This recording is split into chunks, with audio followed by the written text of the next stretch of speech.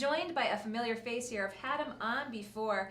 Jeremy Duffy with the Isle Brewers Guild. Thank you for coming back in today. Thank you. I appreciate it. Come Excited on to be close here. here because you got some big news. We talked about the Guild when you first were getting off the ground, talking about the beers that were being brewed in the facility, but now you are brewing your own beer. Correct. To a point.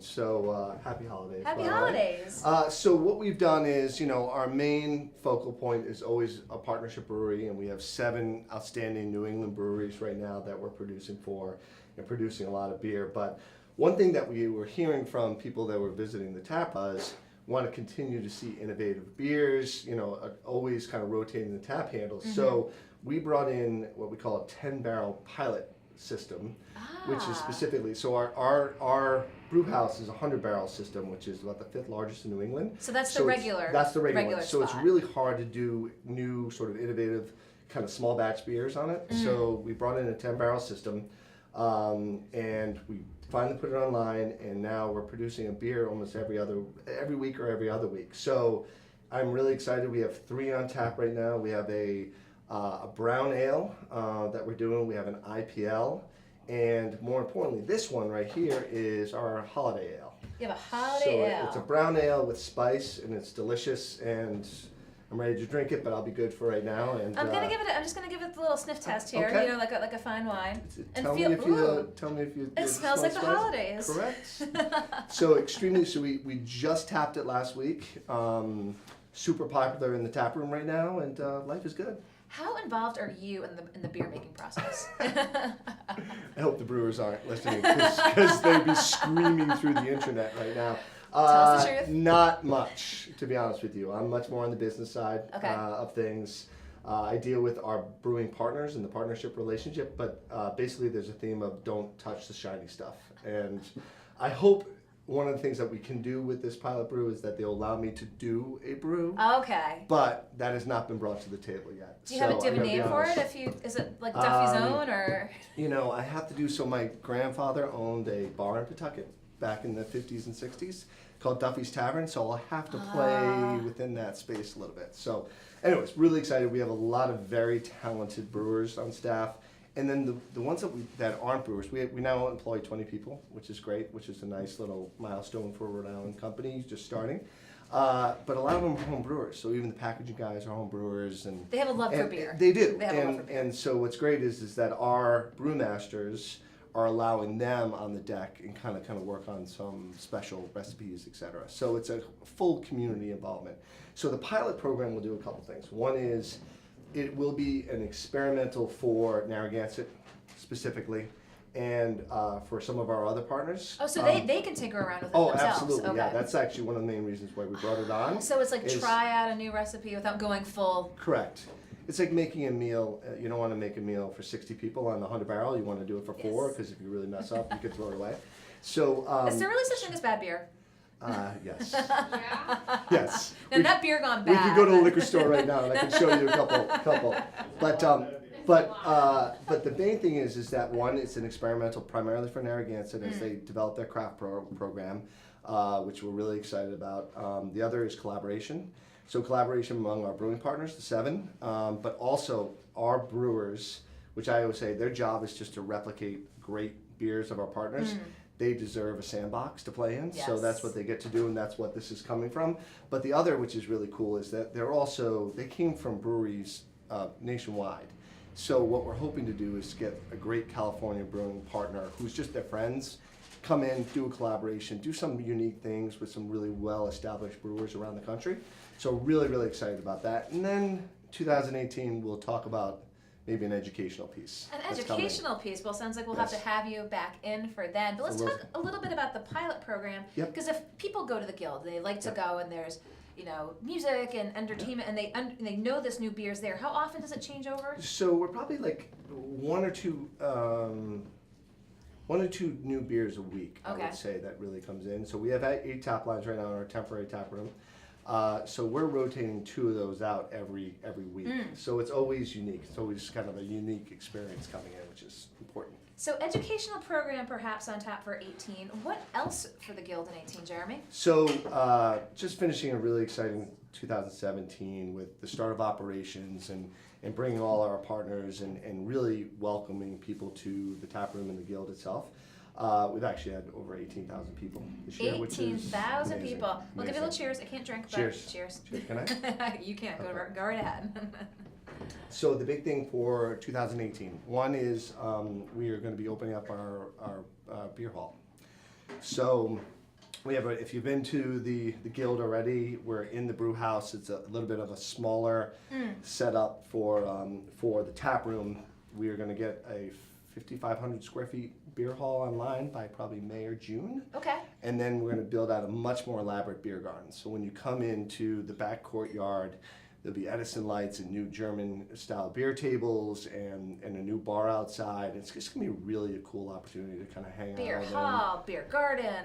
And also there might be a special events hall. We're kind of working on that as well. So all of this new space, is Yep. it in the existing construct? Correct. So when we bought the facility, it was an old industrial facility, and it's great to see an old factory come to life again. So we bought about 131,000 square foot building. We own this a city block, and so we are slowly but steady kind of taking that over. And we're hoping to, we're adding the beer hall and the beer garden, the special events hall. We really want to do a couple restaurants in there as well. And so restaurants. we're kind of working on the whole thing. So we have big ideas, but it takes time and put a little money behind it. You're going to have a little self-contained city over there by the time it's... We hope. Pawtucket's a special place, so we want to keep on building it up. We have a very Pawtucket-themed show for you today. I did see Mayor Grebian just come in the studio here. He'll be next. But I want to talk with you about starting the operations as 2017 comes to a close. Sure. Anything really surprise you when you're, running a new business all the time, but for that really behind-the-scenes operation for someone who's not running a Brewers Guild. For the average person, anything surprise you? Any highlights from the year you want to share with folks? Yeah, it's great. I did sort of our recap, not to get all business on you, but I did our We recap like of yeah, I know you do. And just kind of pull back and looked at certain milestones, and we're just really sort of impressed on what we were able to accomplish in the first year. Just from a brewing perspective and our partnerships and all of that, I think it's running a very complex brewery. There's canning lines. We've done 3.5 million cans have been produced out of their brewery. 3.5 million cans so far.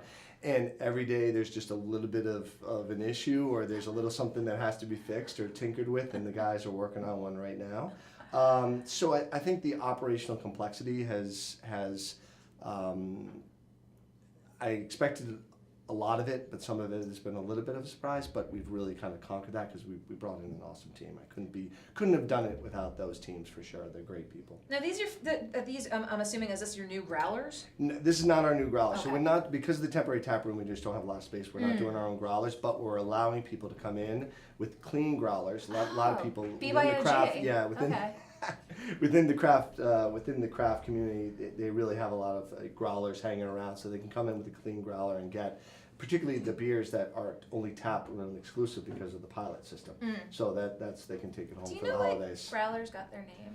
Do not. I don't either. You just threw me off on a question, and I can't go off and check my phone. Put you on the spot. So tell us again, what are the 3 ones that are on tap in the pilot room now, and any new ones coming up? So great question. So we have a brown ale. We have an IPL, which is like an IPA, but it is a lager style. Okay. And then we have this holiday ale. Smell again. What are the secret ingredients? It's the little nutmeg, little cinnamon, and it is the holiday season. So people have really, really enjoyed that. And then what has become really popular and almost sort of defined, it's called the New England IPA, which is a double IPA. Okay. And so that is now being produced as well as a vanilla porter. What makes a double IPA? So a lot of alcohol. So double the content. A lot of hops. It's a higher alcohol content. You're really looking at 8.5, which we would different glass because of that. So we go from a 16 ounce to a 12 ounce, for an example. Okay. But yeah, very, very popular. Some of the top breweries right now are just producing incredible double IPAs. So we want to play in the game. You're going to get yourself in the ring. Yeah. And so it is the holiday season, and what better gift to give than beer? Yeah. Are you doing a lot of holiday sales? And let folks know hours if they want to come with their growler or just pick up beer there. Awesome. So we are open Thursday through Sunday. Usually Thursday and Friday we're open at 4 o'clock till about 10, and then Saturday noon to 10, and then Sunday noon to 6. We are selling growlers if you bring them in. We're selling 6-packs and 4-packs of your favorite partner beers that we bring. Again, we can do the growlers with our special beers here. We have merchandise, and we're also doing gift certificates. So people are starting to come in droves on those. I know I've been doing a little last minute shopping today, so I'm liking to ask people what they've got available for last minute opportunities. Not only giving gifts, but you're going to parties. I mean, great hostess gift, hostess gift. Events coming up, Jeremy. So, and it's, the big thing about the breweries here, and now they're over 21 in Rhode Island, is celebrate local, right? So celebrate local, but buy local, and it's great for the holiday season. People can really enjoy that. So from an events perspective, we've been super busy. We've had over 60 events at the Guild since we've opened our tap room in June, and we're just even scheduling more, doing more music series. We run the gamut on events, so nothing right just now. Just the regular programming. A lot of private parties. Check out Facebook. Correct. Yes. So we always put our schedule out. We'll always have food. We always have music. So you definitely have to check it out. And I imagine it's just going to explode in 18 when you have the new beer hall and the new beer garden at the Isle Brewers Guild. Well, Jeremy Duffy, I appreciate your coming in today to share with the viewers here again the new pilot program, which lets you tinker and your beer makers tinker with some brews. Yeah. So be sure to check it out at the Guild, and we'll have you back in. I want to hear a little bit more about the education program. Absolutely, it's gonna be exciting. Okay, Jeremy Duffy, I Thank appreciate you. it. Appreciate it. I'm going to let you go Happy around holidays. the corner. We're going to take a quick break here while we set up for our next guest. Don't go anywhere.